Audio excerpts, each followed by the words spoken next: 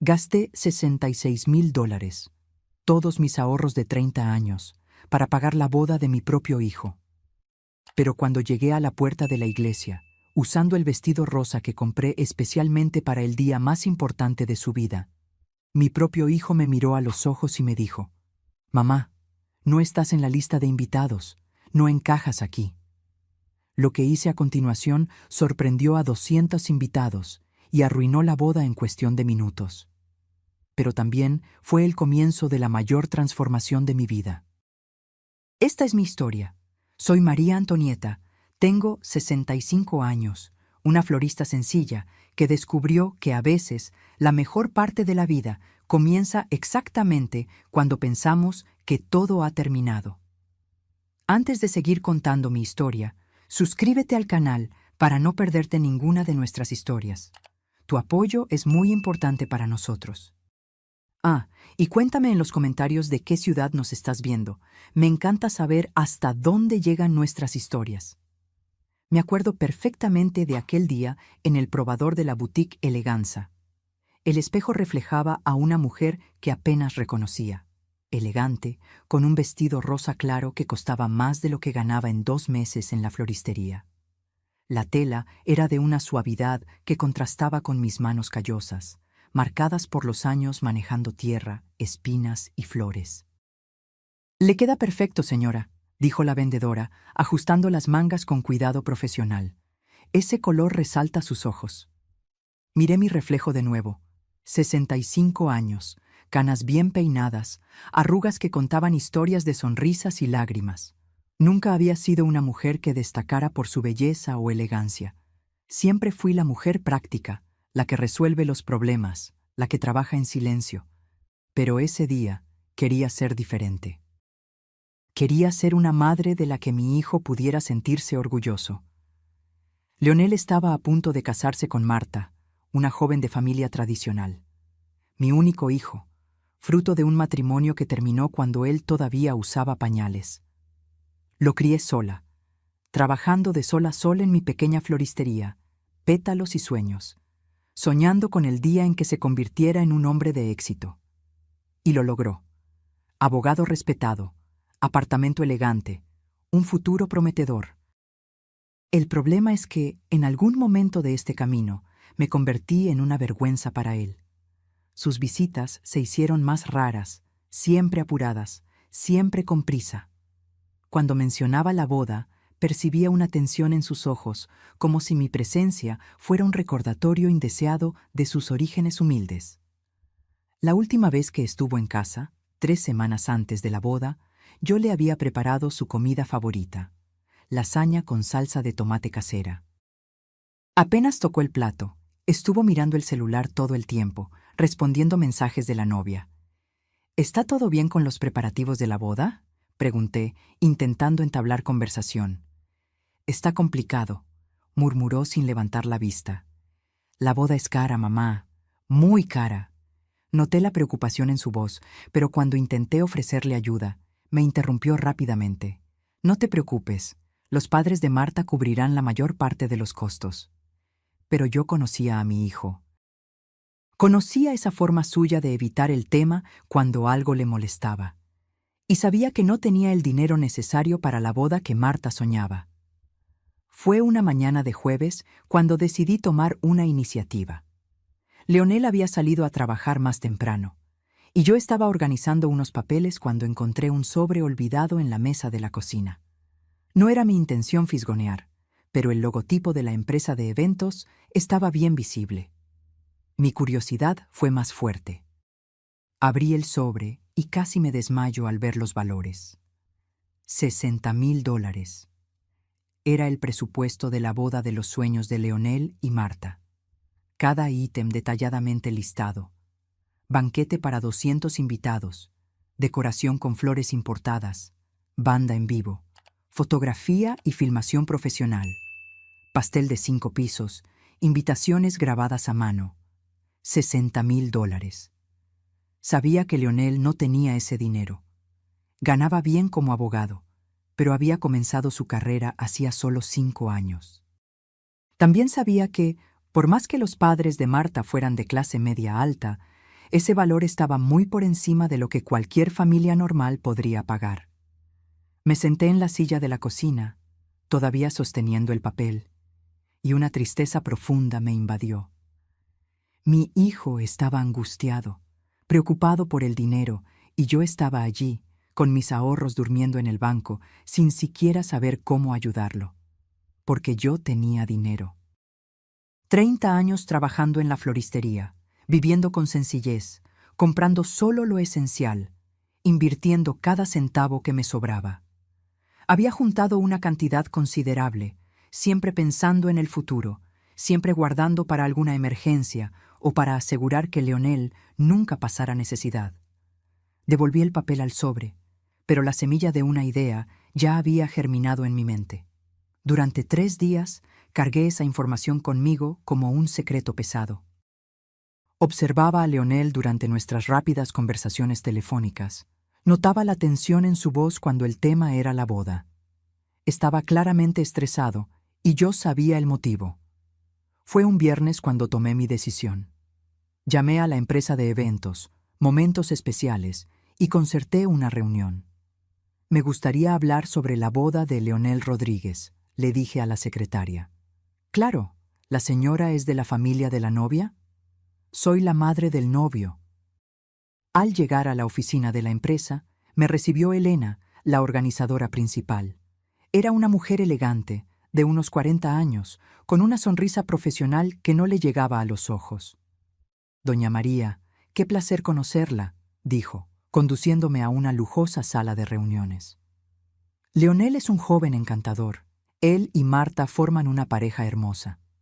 Gracias, respondí, ajustando mi bolso en mi regazo. Me gustaría hablar sobre la financiación de la boda.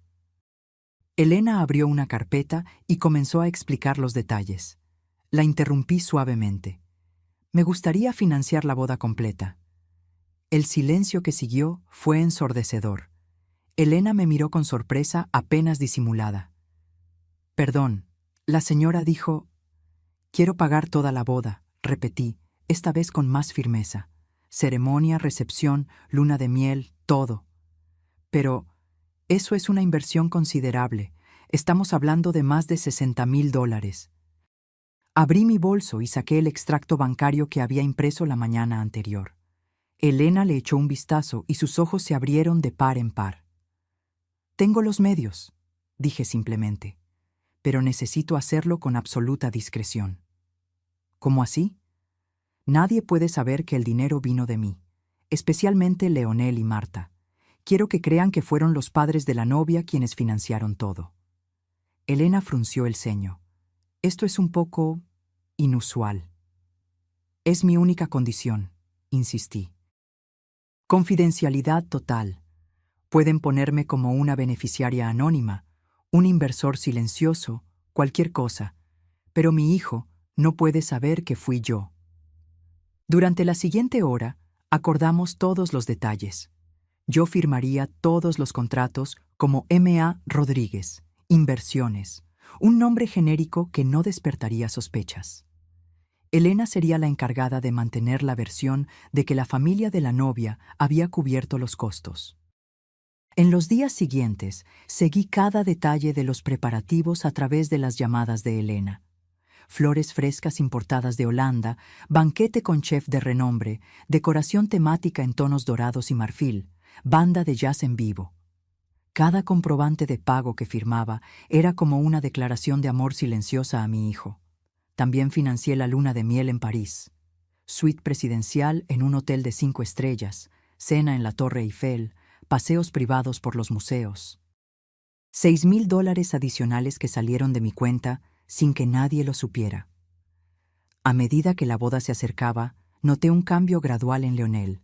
Parecía más distante, más formal en nuestras conversaciones. Hablaba de los preparativos con una cortesía educada, pero sin el calor que yo esperaba de un novio feliz. Los preparativos van bien, dijo durante una de nuestras llamadas, su voz neutra. La decoración quedó como Marta quería.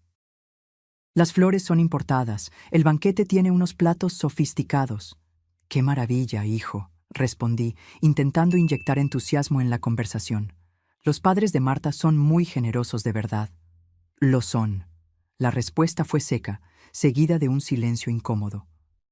Doña Carmen debe estar radiante viendo todo realizarse, continué, esperando que se animara al hablar de su suegra. Ella está emocionada, respondió, y pude oír el ruido de papeles revolviéndose al otro lado de la línea, como si estuviera ocupado con algo más importante.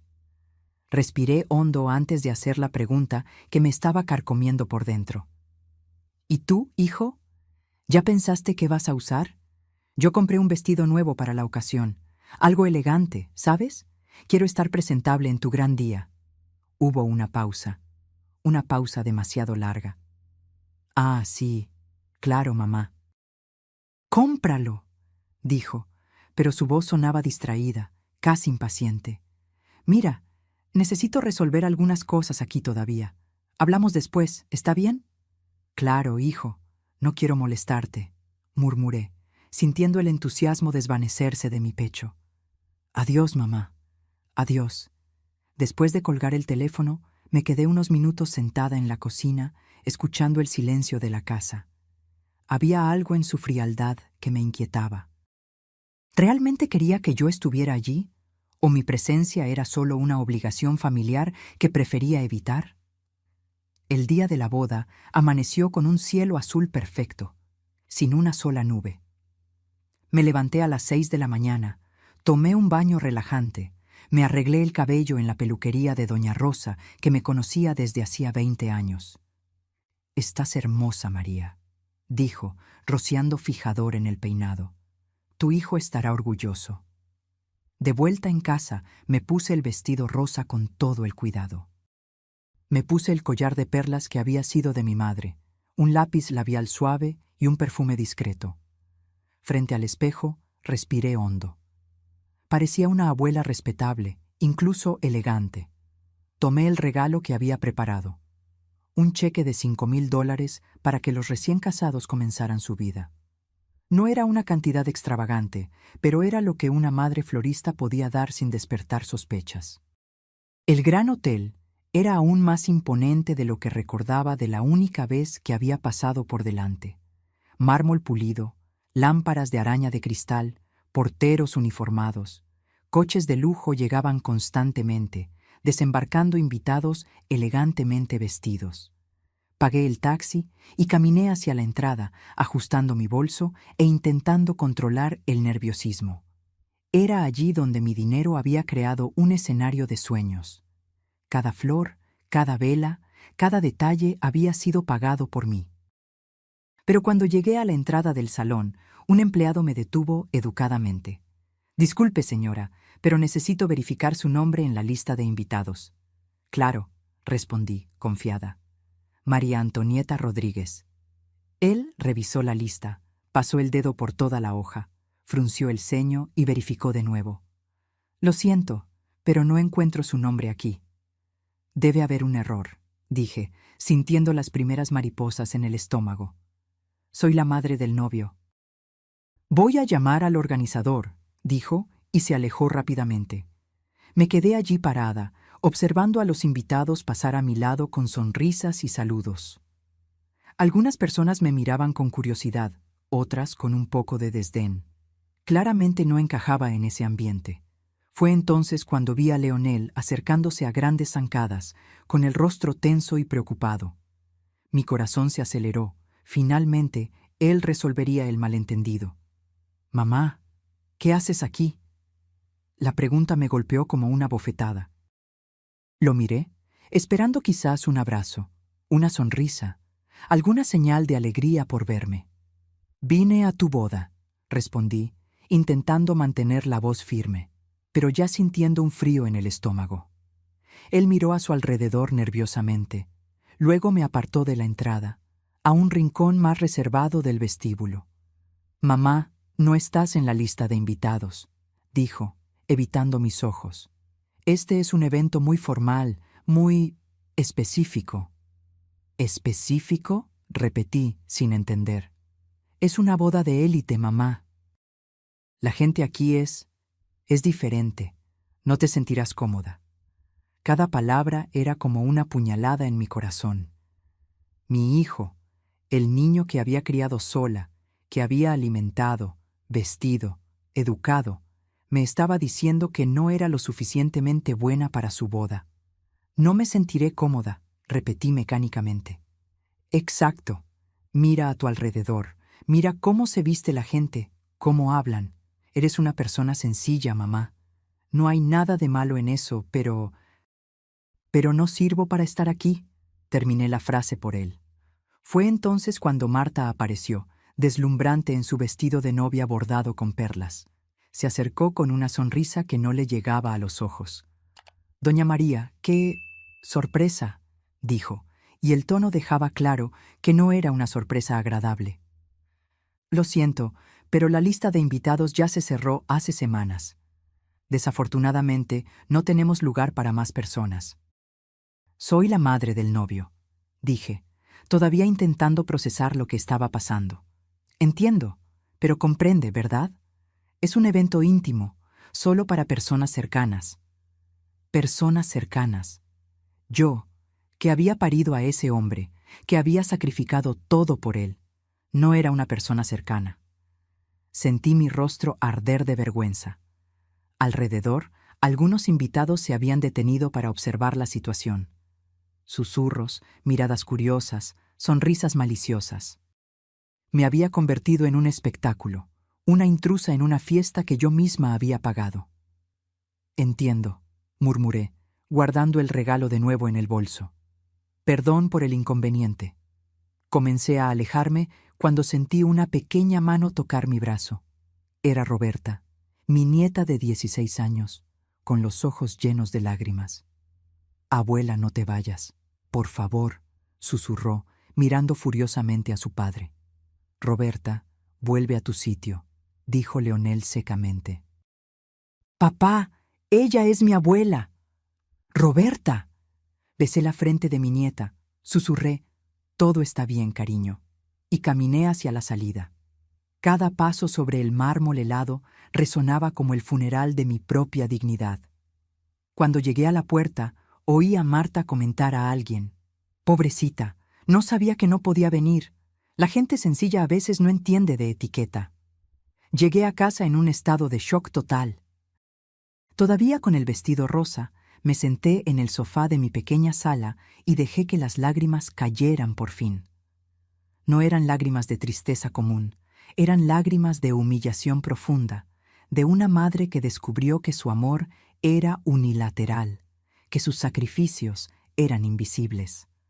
La casa estaba en silencio, el mismo silencio que me acompañaba todos los días, pero que en ese momento parecía ensordecedor. Miré a mi alrededor y vi 30 años de una vida dedicada a otra persona. Fotos de Leonel en todas las etapas, trofeos de sus éxitos en la escuela, diploma de la universidad que yo había financiado trabajando en 2 empleos. Me levanté y fui a mi habitación. Allí, en un cajón secreto de la cómoda, guardaba todos los comprobantes de los pagos de la boda. Tomé la carpeta y volví a la sala. Abrí documento por documento. $66,000. Cada centavo había salido de mi cuenta, de mi vida de privaciones, de mis sueños aplazados. ¿Y para qué? Para ser expulsada de la puerta como una mendiga. Fue entonces cuando la rabia comenzó a reemplazar la tristeza. Una rabia limpia, cristalina, que me dio una claridad mental que no sentía desde hacía años. No era solo por la humillación del día. Era por todos los años en que me empequeñecí, en que acepté migajas de afecto, en que fingí que todo estaba bien. Tomé el teléfono y con dedos firmes marqué el número de mi gerente en el banco. Buenas tardes, señor Roberto. Soy María Antonieta Rodríguez. Buenas tardes, doña María. ¿En qué puedo ayudarla? Necesito cancelar todos los pagos programados relacionados con la boda de mi hijo. Todos. Hubo una pausa al otro lado de la línea. ¿Todos? Doña María, son cantidades muy significativas. ¿Está segura? Absolutamente segura, respondí, y por primera vez en meses mi voz sonó firme y decidida. Quiero que detenga todo inmediatamente. Pero hoy es sábado. Algunos pagos ya fueron procesados, otros pueden generar multas contractuales. No me importan las multas. Detenga todo lo que sea posible detener. Luego llamé a Elena, de la empresa de eventos. Elena, soy María Antonieta. El patrocinador de la boda, Rodríguez Santos, está retirando toda la financiación. ¿Cómo? Doña María, la boda es hoy. Exacto. Y está cancelada. Informe a los novios inmediatamente. Pero esto es imposible. Tenemos contratos, compromisos. Leí todos los contratos. Tengo derecho a cancelar mediante el pago de multas, que acepto pagar, pero el evento está cancelado. Colgué el teléfono e hice una tercera llamada al abogado de la familia. Doctor Enrique, necesito crear un fondo fiduciario para mi nieta Roberta. Quiero transferir todo el dinero que estaba destinado a la boda para su educación. Claro, doña María. ¿Puedo preguntar el motivo? Ella es la única persona de la familia que todavía me trata con respeto. Mientras yo organizaba mi nueva vida financiera, el caos se instaló en el Gran Hotel. Mi amiga Clara, que trabajaba en el sector de eventos del hotel, me contó después todos los detalles de aquel sábado por la tarde. Comenzó con el jefe del banquete recibiendo una llamada de la empresa de eventos informando que el pago había sido cancelado. Después fue el turno de los floristas, que comenzaron a retirar discretamente los arreglos importados. Los camareros fueron despedidos uno por uno. La banda de jazz, que estaba en medio de la ceremonia, se detuvo abruptamente en medio de una canción cuando recibió la notificación.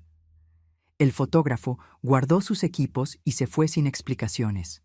Los invitados observaban atónitos mientras la boda literalmente desaparecía ante sus ojos. Primero se extrañaron de que la música se detuviera, luego notaron que ya no había camareros sirviendo champán, que las flores estaban siendo retiradas. Leonel y Marta corrían de un lado a otro, completamente perdidos, intentando entender lo que estaba pasando. Marta estaba llorando a mares, el vestido de novia arrastrándose por el suelo mientras ella suplicaba que alguien explicara lo que estaba sucediendo. Fue el gerente del hotel quien finalmente les dio la noticia devastadora. Lamento informar, pero hemos recibido una notificación de que el patrocinador del evento canceló todos los pagos. Sin el pago confirmado, no podemos continuar con la ceremonia. «¡Esto es imposible!», gritó Leonel. «Los padres de Marta pagaron todo». Según nuestros registros, el pago provino de M.A. Rodríguez, Inversiones, y esa persona canceló todo. Marta se giró hacia sus padres, que estaban igualmente confundidos. «¿Ustedes no pagaron la boda?» «Claro que no, hija», respondió doña Carmen avergonzada. «Nunca tuvimos dinero para eso». Fue entonces cuando la verdad comenzó a revelarse. Nadie de la familia de la novia había pagado por la boda.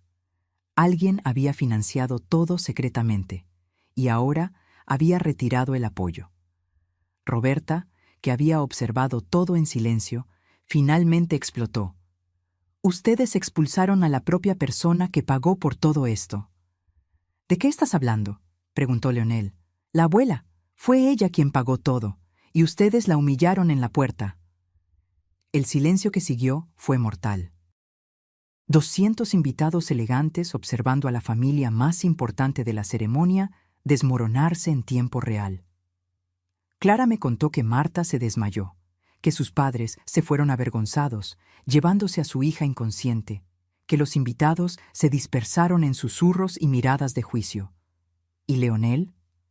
Leonel se quedó allí, parado en medio del salón vacío, todavía con el smoking, finalmente entendiendo lo que había perdido. A la mañana siguiente, domingo, estaba regando mis flores cuando oí un golpe violento en la puerta. No necesité mirar por la ventana para saber quién era. Leonel entró como un huracán, el rostro transfigurado por la rabia y la humillación. «¡Arruinaste mi vida!», gritó, golpeando la mesa de la cocina con tanta fuerza que derribó el jarrón de flores que estaba allí. «¿Cómo pudiste hacerme esto?». Continué tranquila, recogiendo los trozos del jarrón y tirándolos a la basura. Había una serenidad en mí que no sentía desde hacía décadas. Era como si, al tomar aquella decisión, hubiera encontrado finalmente mi verdadera fuerza. Me expulsaste de tu boda, respondí simplemente, lavándome las manos en el fregadero. Yo solo dejé de pagar por ella. No tenías derecho a hacer eso. Tenía todo el derecho, repliqué, girándome para mirarlo. Era mi dinero, mi decisión. Me humillaste delante de 200 personas, me trataste como una intrusa en un evento que yo misma financié. No entiendes, aquello fue un malentendido. No fue ningún malentendido, dije, sentándome a la mesa de la cocina. Dijiste claramente que yo no encajaba, que era demasiado sencilla, que no me sentiría cómoda. Tus palabras, no las mías. Fue entonces cuando le conté toda la verdad. No solo sobre la boda, sino sobre la luna de miel en París que él y Marta habían planeado, sobre el apartamento que pretendían comprar, sobre los muebles que ya habían encargado para la casa nueva. Todo financiado por mí, todo pagado con mi dinero, mientras él me trataba como un estorbo. $66,000, dije, observando cómo su rostro palidecía. Todo lo que ahorré en 30 años de trabajo, todo lo que guardé recortando en comida, ropa, ocio, todo lo que junté soñando con tu futuro. Mamá, yo no sabía. Claro que no lo sabías, porque nunca te interesaste en saber. ¿Cuándo fue la última vez que me preguntaste cómo estaba? ¿Cuándo fue la última vez que te preocupaste si yo necesitaba algo? Él se quedó en silencio y yo continué. Te avergüenzas de mí, Leonel. Te avergüenzas de tu origen, de tu madre florista. Quieres tanto pertenecer a un mundo que no es el tuyo que olvidaste de dónde vienes. ¿No es verdad? Sí lo es. ¿Y sabes qué más? Yo también me avergonzaba de mí. Ponía paños fríos a tus groserías. Fingía que todo estaba bien. Me conformaba con las migajas de afecto que me dabas. Él intentó convencerme de que le devolviera el dinero. Prometió que me incluiría en una nueva boda. Juró que había sido un error. Pero yo ya no era la misma mujer que se dejaba manipular por la culpa o el chantaje emocional.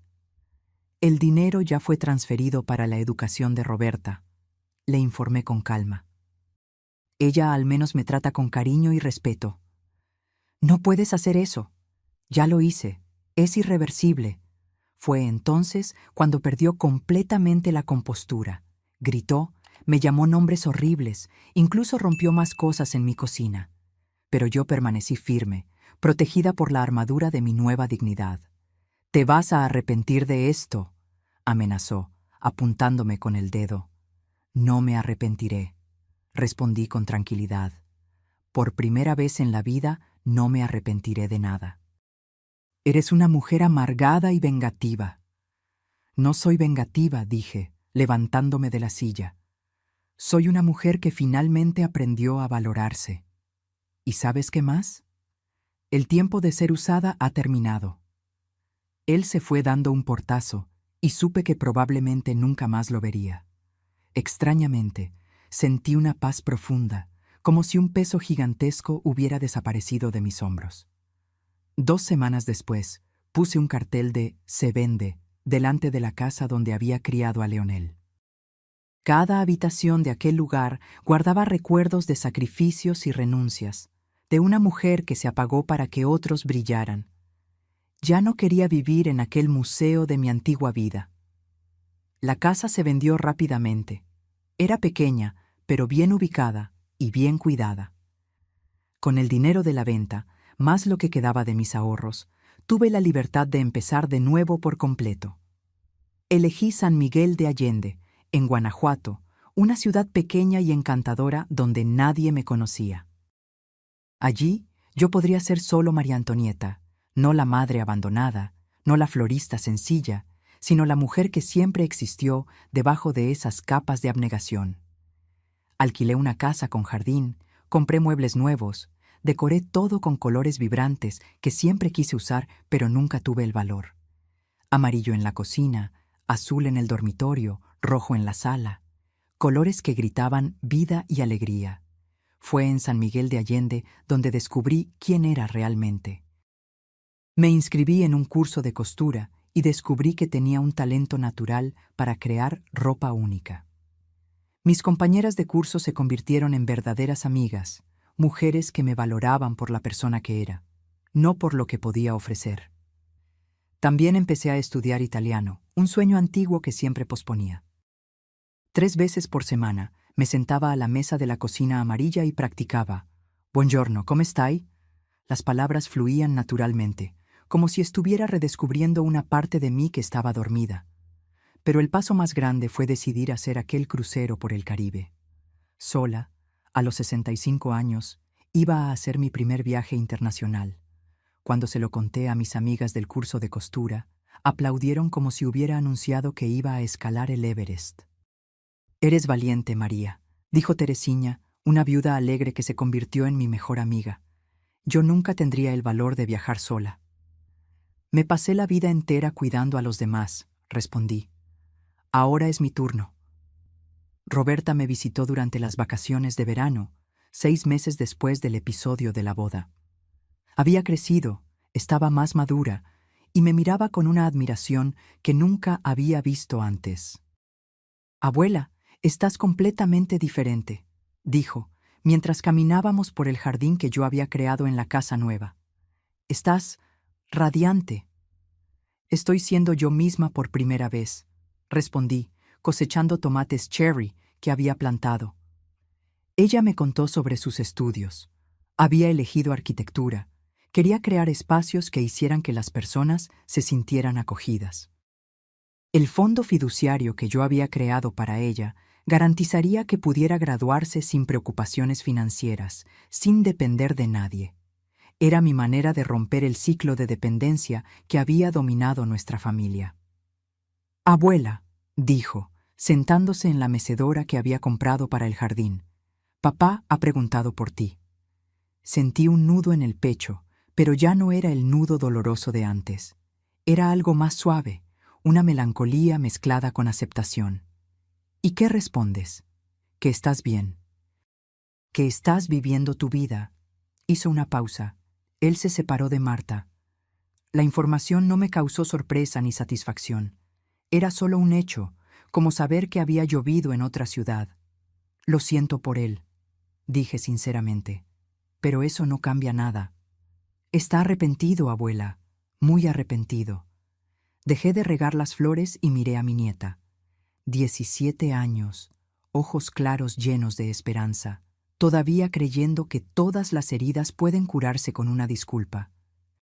«Roberta, querida, algunas cosas en la vida no se pueden arreglar. No porque no queramos perdonar, sino porque perdonar no significa retroceder. Tu padre me mostró quién es realmente y yo acepté esa verdad. Pero él es tu hijo, y yo siempre seré su madre y nunca dejaré de amarlo. Eso no cambia, pero ya no necesito aceptar ser tratada mal por eso». Ella se quedó en silencio, procesando mis palabras. Después, con una madurez que me sorprendió, asintió. «Entiendo, abuela. Y admiro tu coraje». 2 semanas después de la visita de Roberta, embarqué en el barco Esperanza de los Mares, en el puerto de Veracruz. Mi maleta estaba llena de vestidos coloridos que yo misma había cosido, y mi corazón estaba lleno de expectación. El barco era inmenso, una ciudad flotante con restaurantes, teatros, piscinas y pista de baile. Había elegido un camarote con balcón, un lujo que nunca imaginé que podría permitirme. En la primera cena, me senté por casualidad en la mesa del capitán. Era el único lugar disponible. Los otros pasajeros de la mesa eran parejas elegantes de unos 60 años, personas que viajaban regularmente y hablaban de otros cruceros, como quien discute el menú del almuerzo. «¿Y usted, María, es su primer viaje?», preguntó doña Elena, una señora de Guadalajara con el pelo impecablemente arreglado. «Primer viaje internacional», respondí, degustando el salmón a la parrilla que había pedido. «Pero ciertamente no será el último». Fue entonces cuando noté que un hombre en la mesa de al lado sonreía discretamente a nuestra conversación. Era elegante, cabello canoso bien cortado, ojos amables detrás de gafas modernas. Cuando nuestras miradas se cruzaron, me saludó educadamente. Más tarde, en la cubierta principal, mientras contemplaba el atardecer en medio del océano, se acercó. ¿Puedo unirme a usted? Soy Alberto Mendoza, de Buenos Aires. María Antonieta, de México, respondí, haciéndole espacio en la silla de lona a mi lado. Alberto era viudo desde hacía 3 años, arquitecto jubilado que había decidido cumplir sueños aplazados. Me contó sobre su esposa, que había muerto de cáncer, sobre sus 2 hijos que vivían en Europa, sobre cómo había descubierto que viajar solo era liberador. «Pareces alguien que entiende de nuevos comienzos», dijo, observando mi expresión. «Estoy aprendiendo», respondí. A los 65 años, finalmente, estoy aprendiendo a vivir para mí. Durante los siguientes 8 días, Alberto y yo exploramos juntos cada isla del Caribe. Caminamos por las playas de arena blanca de Barbados, probamos ron en Jamaica, bailamos salsa en las calles de La Habana. Tenía una forma gentil de hacerme sentir especial, sin prisa, sin presión. «Eres una mujer fascinante, María», me dijo la última noche, mientras bailábamos en el salón principal del barco. «Tienes una luz en los ojos que ilumina todo a tu alrededor». «Debe ser porque finalmente estoy siendo yo misma», respondí, sintiéndome más viva que nunca. Cuando el barco atracó en Veracruz, intercambiamos números de teléfono y prometimos mantenernos en contacto. Él regresaría a Buenos Aires, yo a San Miguel de Allende, pero algo había nacido entre nosotros. 3 meses después del crucero, estaba en mi jardín cosechando rosas cuando oí un golpe vacilante en la puerta. Pensé que era Teresina, que siempre aparecía para tomar café y charlar sobre los acontecimientos de la ciudad. Pero cuando abrí la puerta, encontré a Leonel parado en el porche, completamente diferente del hombre que había salido de mi casa a gritos meses antes. Estaba delgado, con ojeras profundas, vistiendo ropa sencilla en lugar de los trajes caros de antes.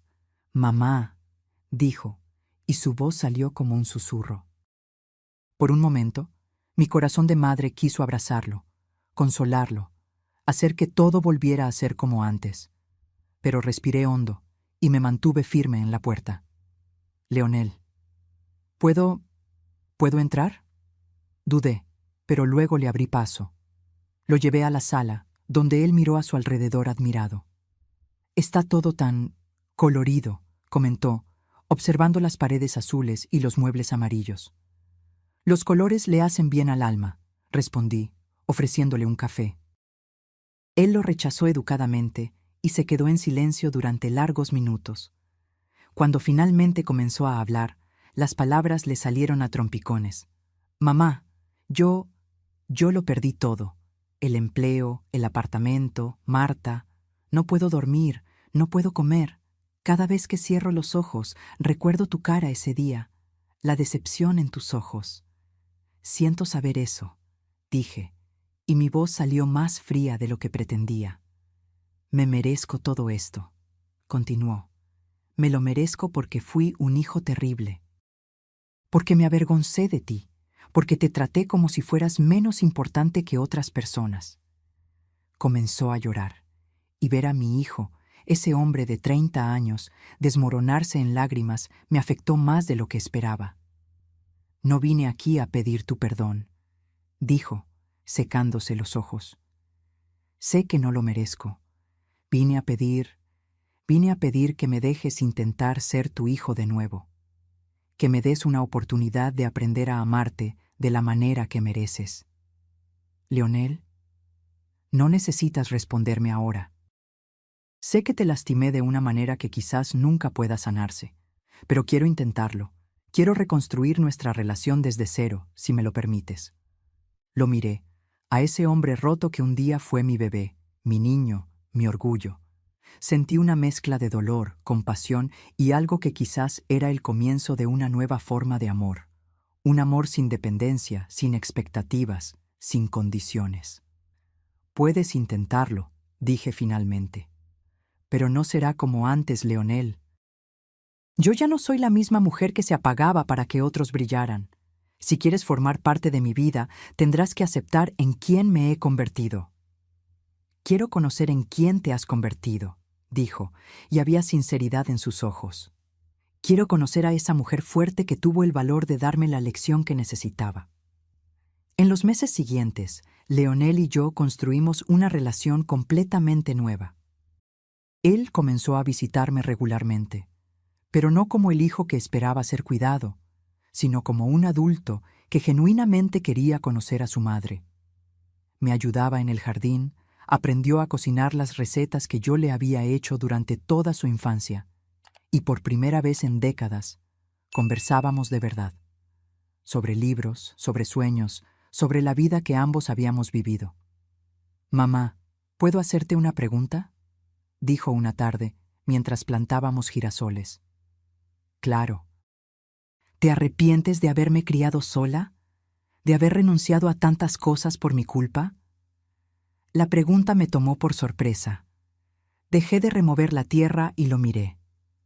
«No me arrepiento de haberte criado», respondí honestamente.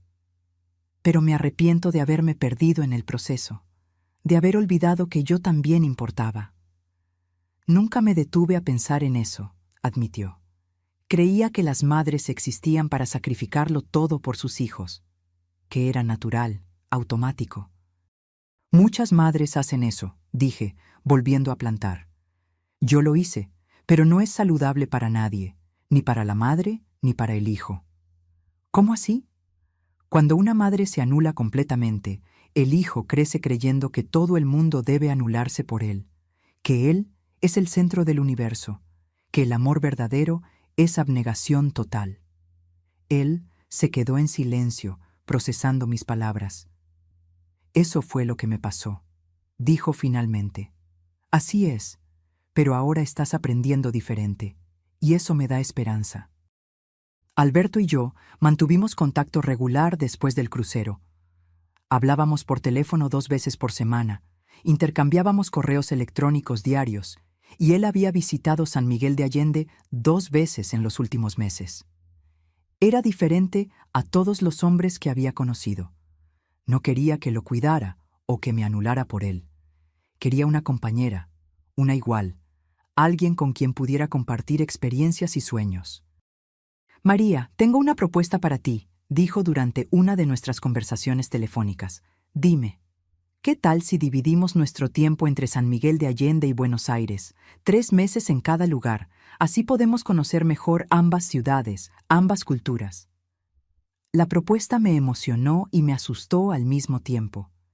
Significaba salir de mi zona de confort de nuevo, sumergirme en una nueva aventura a los 66 años. «Necesito pensarlo», respondí. Claro, sin prisa. Pero la verdad es que no necesitaba pensar mucho. Toda mi vida había sido sobre seguridad, sobre rutina, sobre no arriesgarme. Ahora quería experimentar todo lo que había perdido. «Alberto», dije, antes de que colgara, «acepto tu propuesta». «¿En serio?». «En serio, pero con una condición». «¿Cuál?». «Que cada lugar que visitemos, cada experiencia que tengamos, sea verdaderamente nuestra, que no necesitemos minimizarnos el uno al otro». «No sería de otra manera», respondió, y pude oír la sonrisa en su voz. Hoy, 1 año después del día en que fui expulsada de la boda de mi propio hijo, estoy sentada en el balcón de la casa que Alberto y yo alquilamos en Buenos Aires. Es un apartamento en el barrio de Palermo, con balcones llenos de plantas y una hermosa vista de la ciudad. Aprendí a bailar tango de verdad, no solo los pasos básicos del barco.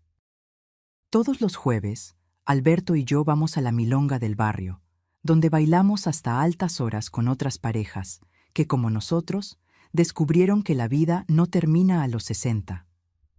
Mi español mejoró drásticamente. Puedo conversar con las vecinas, hacer compras en el mercado, incluso discutir política con los amigos de Alberto. Me siento una ciudadana del mundo, no solo una mujer que pasó la vida entera en el mismo lugar. Roberta me visita regularmente. Adora a Alberto. Dice que él me hace brillar de una forma que ella nunca había visto antes. Está en segundo año de arquitectura, con excelentes notas, y ya habla de proyectos para hacer casas más humanas, más acogedoras. Abuela, me dijo durante la última visita, salvaste mi vida al crear ese fondo fiduciario, pero más que eso, me enseñaste que es posible empezar de nuevo, que nunca es tarde para ser valiente. Leonel también me ha visitado regularmente. No es el hijo que yo crié, pero es el hombre en el que ha elegido convertirse. Más humilde, más consciente, más capaz de amar sin poseer. Consiguió un empleo en una empresa más pequeña, gana menos que antes, pero parece más feliz. Está saliendo con una profesora llamada Ana, una mujer sencilla que lo ama por lo que es, no por lo que posee. Mamá, me dijo en la última visita mientras caminábamos por las calles de Buenos Aires. Gracias por haberme dado esa lección. Sé que fue doloroso para ti, pero fue necesario. No fue una lección, respondí. Fue una liberación, tuya y mía. ¿Me perdonaste? Dejé de caminar y lo miré. Mi hijo, que finalmente había aprendido a verme como una persona completa, no solo como una función en su vida. Sí, dije, pero más importante que eso, me perdoné a mí misma. ¿Cómo así? Me perdoné por haberme anulado durante tantos años, por haber aceptado ser tratada como menos importante, por haber confundido amor con sacrificio. Él asintió, comprendiendo. Eres una mujer increíble, mamá. Siempre lo fuiste. Siento haber tardado tanto en darme cuenta. Mañana, Alberto y yo embarcaremos hacia Europa. Pasaremos un mes viajando por Italia, donde finalmente podré practicar el italiano que he estado estudiando.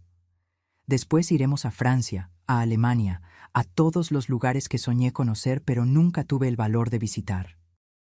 Cuando volvamos, nos mudaremos definitivamente a una casa que compramos juntos en San Miguel de Allende. Es una casa grande, con un jardín espacioso, donde podemos recibir a los hijos de Alberto cuando vengan de Europa, donde Roberta puede pasar las vacaciones, donde Leonel puede venir con Ana cuando quiera. No es una casa donde yo voy a cuidar de todo el mundo. Es una casa donde todos nosotros vamos a cuidarnos unos a otros, donde el amor será dividido por igual, donde nadie necesita anularse para que otros brillen. Tengo 66 años, el cabello completamente blanco que decidí dejar de teñirme, arrugas que cuento con orgullo y por primera vez en la vida soy completamente feliz.